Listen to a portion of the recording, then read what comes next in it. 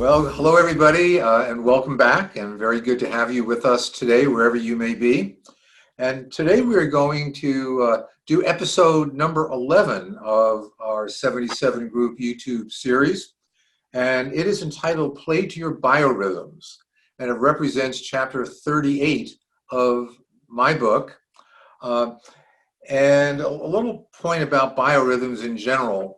One thing that I've learned over the years, and this applies to whether you are speaking publicly before a group, whether you're in some sort of group meeting, or even if you have an important one-on-one or encounter with somebody else. The principle applies, I believe, to all things. Identify when you are at your best. Some people are the same 24/7, but most of us have our times of day that were particularly sharp and other times of day that were not. And it makes eminent sense to schedule important things during the times of day when you're sharpest, and the most routine things during the times of day when you're less sharp. And I like to begin with a story. I always have a couple stories, and in my book I go over both of the stories I'm going to share today. And the first one occurred in October of 1988. And it was our second national conference, and it was in Chicago. And I was speaking before a group. I guess it was the general audience group, but I was speaking for about an hour.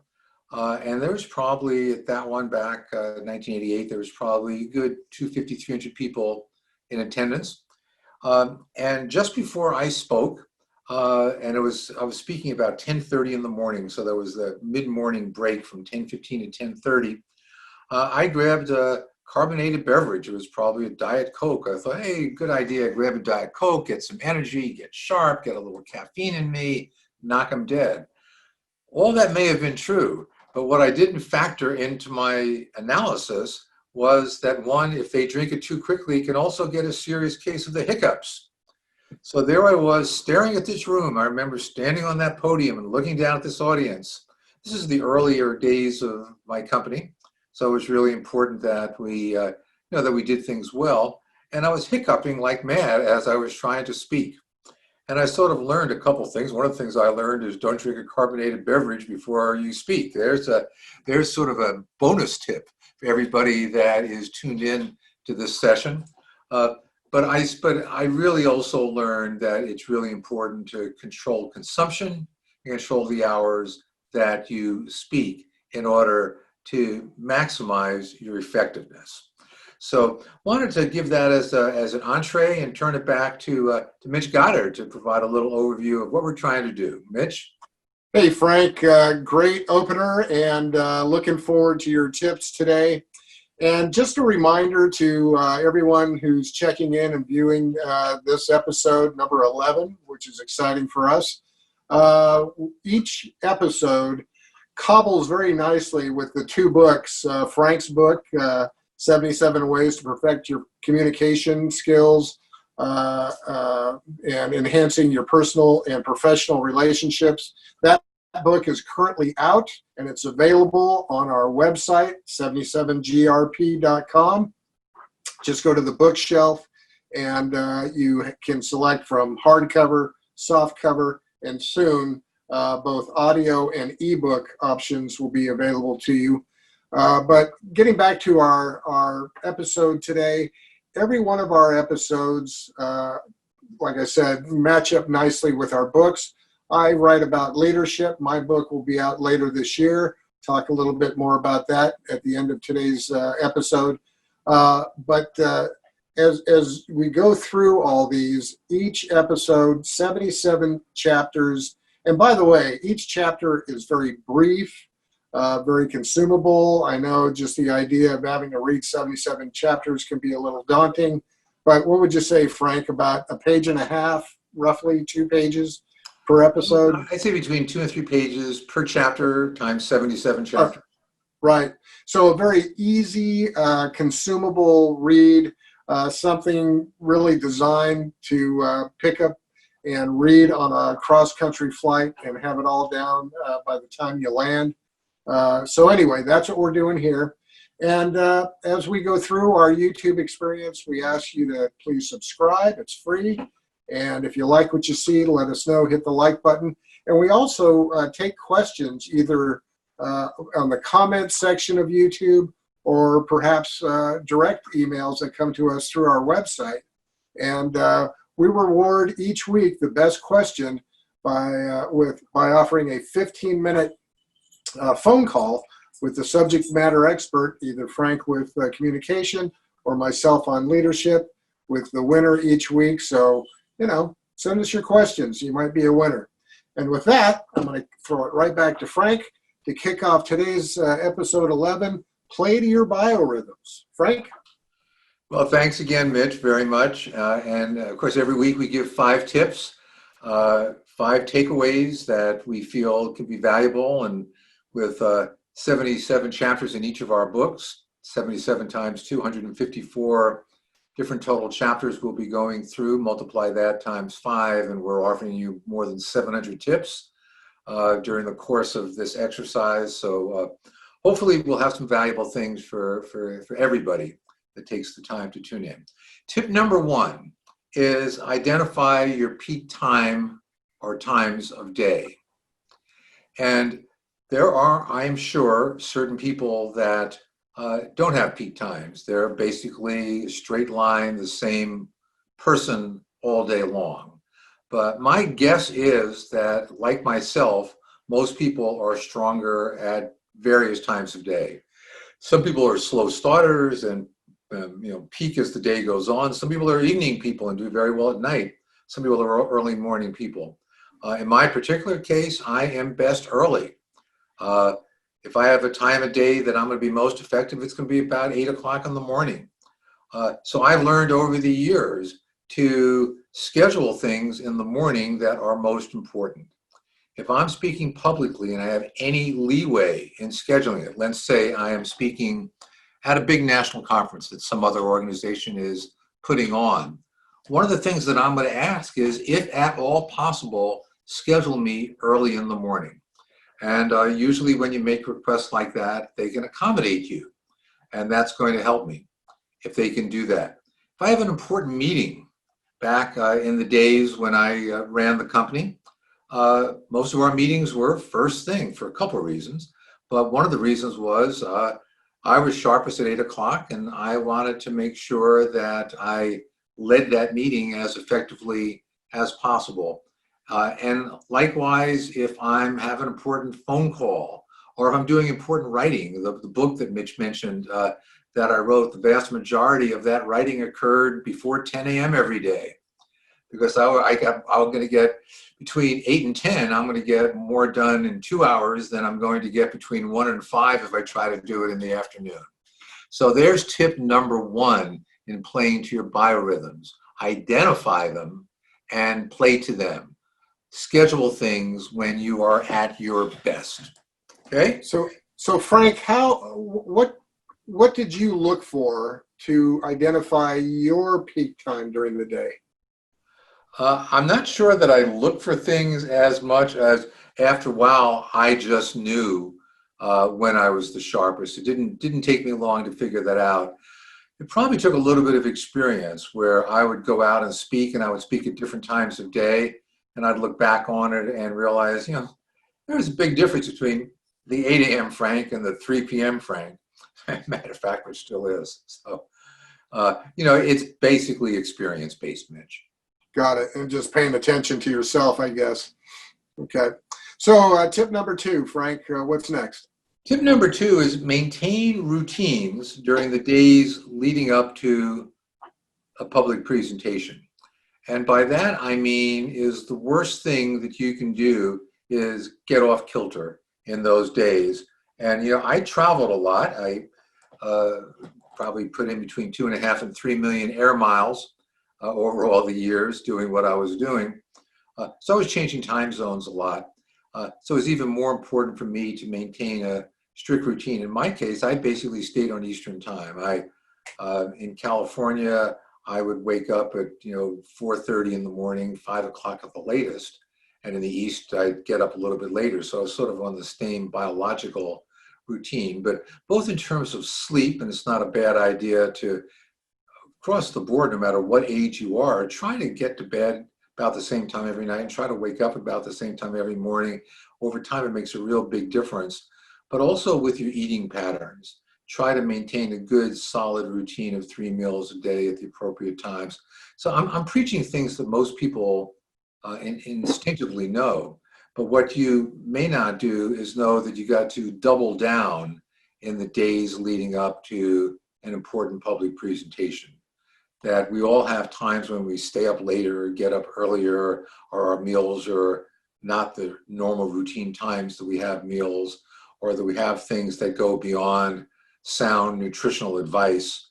If you're leading into an important presentation and really want to do well in it, bear all those things in mind. Sleep routinely, and eat well. So that's tip number 2, maintain routines during the days leading up to a public presentation.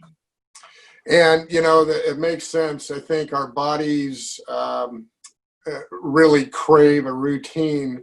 But I know when you're on the road a lot, like you were for so many years, and it's really hard to maintain a routine. What would you say are the 1 or 2 most important components of that routine that you are the most strict with?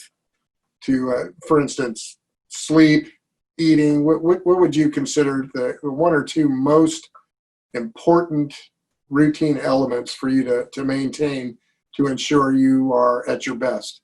I think first of all, Mitch, it varies from person to person. So any response I would give is frankly only oriented, Okay. not necessarily everybody that's tuned into this. But I would say in my mind, it was probably good nutrition and eating well. And we'll talk about it more in the forthcoming tips.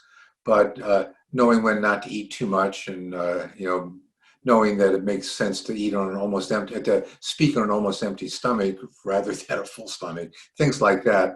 So I think that had a lot to do with what was most important to me. Okay. So, and that leads us right into tip number 3, Frank. What's tip number 3? Number 3 is, as our old friend Alfred E. Newman used to say, "What me worry." Don't worry. Don't worry if you're not able to maintain your routines. And it goes back to, we're back to 1988 again. Boy, what a year that was in my professional growth, at least. First story happened in Chicago when I spoke at that national conference. The second one happened in Detroit.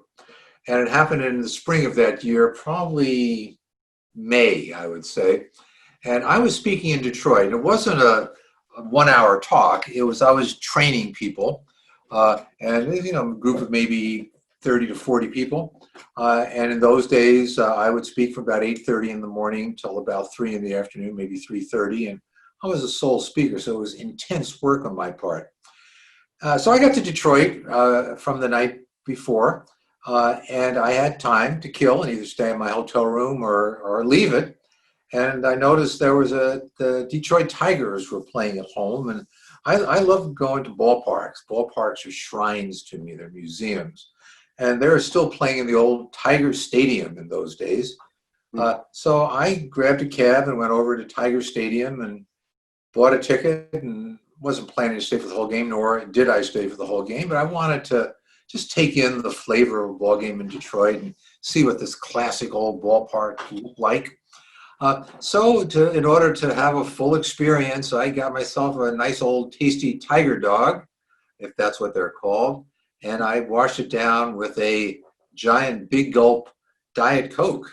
Diet Coke problem again, twice in 1 year. And I really wasn't thinking a whole lot, and went back to the hotel and went to bed at 10:30 or 11 o'clock, and stared at the ceiling. 12 o'clock, 1 o'clock, 2 o'clock, 3 o'clock, 4 o'clock, totally wired, could not sleep. And about 4 o'clock, I just gave up and said, so be it. And I went down the next morning and spoke before the group. And before I knew it, it was 3:30, and I got through that day. And I learned a very important lesson that day. And that's that I could do it with no sleep. I could do it with zero sleep. So if I could do it with zero sleep, then I could do it with 1 hour sleep or 2 or 3 or 4. I could do it.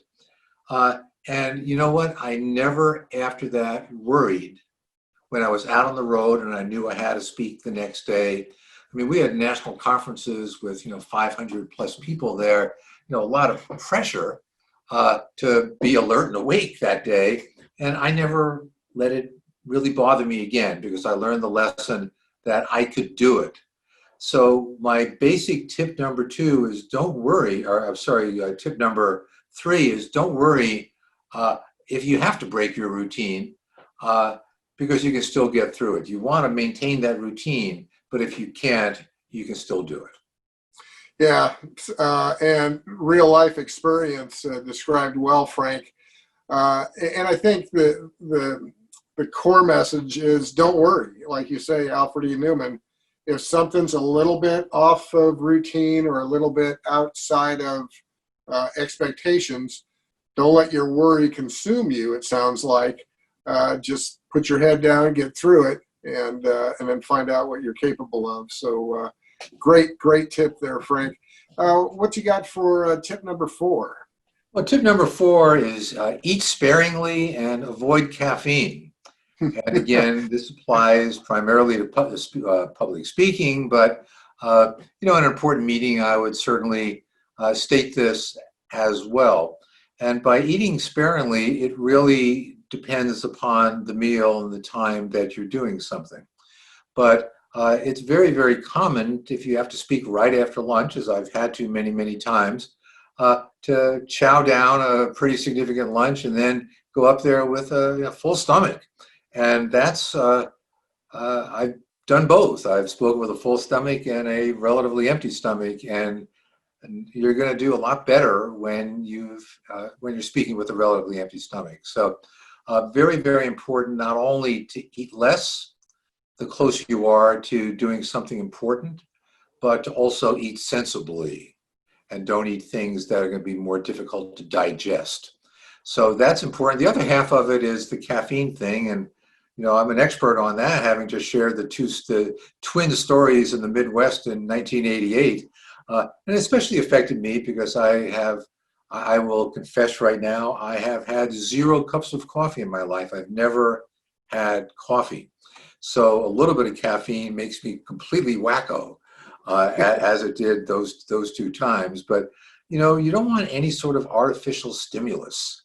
You want to be, the way God made you. You want to be the way, nature has you to be. So I think it's very, very important to limit, don't pile on. And it's very tempting to pile on. Let me get a good meal in me before I go out and speak. Let me get some caffeine in me so I'll be wired and I'll be energized. Au contraire, you want to do just the opposite. Yeah, and that is that is so true. Getting in front of people or even or leading a meeting, and you've got a gut bomb, after a huge lunch or a big breakfast or something. It's just going to make you sluggish, and of course, the other end of the spectrum, caffeine will make you jumpy, and it's going to be noticeable to the people that are watching you. So. Great advice there. So give us your last tip of the week. Tip number 5 this episode, Frank. Tip number 5 is keep a glass of water nearby. You can't get in trouble with water. And if there's not one there, again, I have learned being somewhere and not having water and trying to power through it and not do as well as I would have done if I didn't have the parched throat that had to be dealt with. Or I have to ask somebody in the audience, could somebody please bring me a glass of water, which you hate to do as well. So part of my strict routine when I spoke publicly or even in a meeting with somebody is to have either a glass or a bottle of water right within a immediate vicinity of my hand, so I can grab it anytime I want. Some people might think, well, that's off-putting, right in the middle of a talk, there you are grabbing something and drinking it. Everybody's been there, everybody understands, everybody knows much more important that you clear your throat. And oh, by the way, it's not a bad idea if you want to just pause for a couple seconds and collect your thoughts. There's a good cover for pausing. You know, wait a minute, let me think about this point for a second. Ooh, I'm going to grab a glass of water and drink that down while I'm thinking. So it's not clear that you're pausing to gather your thoughts. It appears that you're pausing to drink the water, which you are, but it gives you that added bonus going forward. So that's tip number 5, keep a glass of water nearby. Great advice. And, you know, just like every tip that you walked us through this week, so easy to apply. You know, it doesn't require a whole lot of logistics. Boy, what am I going to do about making a glass of water happen or anything? Just easy to apply and so useful, Frank. Excellent work again. And thanks for sharing all that with us. All right, so want to remind everybody as we begin to wrap things up on episode 11. Next week, I'll be taking the lead, and I'll be sharing with you from my leadership book from chapter number 3, why it's so important for leaders to always show respect. And you know, share with others what we're doing here on the 77 group channel. Please subscribe and leave us your comments and questions. And remember, each week, the winning question gets a copy, I'm sorry, not a copy, but earns a free 15-minute phone call with the subject matter expert. And that'll be waiting for you if you submit your weekly winning question. And every week we like to also share some closing thoughts to our viewers. And this week I will lead off and share with you, number one, one closing thought would be make sure you pick up Frank's book here. I'm sure Frank will also share some thoughts on that before we go. But my thought this week is just want to share with you what it's meant to me to make it a practice to stay very close to high performers, to other people around me who really had it going on, either in the performance of their work, if they presented themselves very, very well, if they spoke well. And being around high performers causes us to elevate our game and helps us or encourages us to also be high performers as well. So stay close to high performers. Remember that iron sharpens iron, and when we're around sharp people, then we start to become much like they are and put our own signature on being a sharp, high performer as well. And maybe we'll inspire somebody else in the process. Frank, over to you. Okay, and Mitch had mentioned that we do have a special feature where we encourage people to ask questions and then review the questions and try to pick out a very good question that we can share publicly every week. And in return for that, provide the person with an opportunity to speak with that week's presenter on the phone about anything they'd like to talk about, have a conversation to sharpen their communication skills or sharpen their leadership skills. So I do have a good question this week. It came from somebody named Avery Rose. Avery Rose. I don't know if Avery's a male with the last name of Rose or is a woman whose middle name is Rose. So whatever it may be. But it was about episode number 7, Never Express Anger in Writing. And Avery's question was, what should I do when I do send out an angry email and then regret it later? What should I do when I do send out an angry email and then regret it later? And the answer is, well, the answer begins with, it depends. It depends how serious the misstep was. My advice would be in 2 different categories. If it's something that's anger, but it may be perceived as anger, it may not be that important, it may be, or if it's a clear, overt violation of that rule on your part. And so you have to really try to begin by estimating how likely it is for the other party to take offense to what you may have written. If it's moderate, I would basically lean towards sending positive follow-up, but not calling attention to the problem. I've mentioned it before. One of my basic rules of doing business is carefully avoid calling attention to a negative, because the other party may not perceive it as a negative. So if it's something that's not clearly something that's going to be perceived as confrontational, then you basically don't want to say, hey, I'm sorry if I appeared to be confrontational, and the other party think, well, didn't even think they were. But so I think the best thing to do is just get back for any reason at all, and just couch your next correspondence in the most positive, constructive manner, and let it go from there. If in fact it is something bad, I think it's important to get back to that person. And sometimes by switching your modality, by literally calling them and saying, hey, I was just noticing an email that I sent you that I said such and such, and if it came across as anger, I really didn't mean it that way, and I wanted to personally reach out with you and make sure that I did not offend you.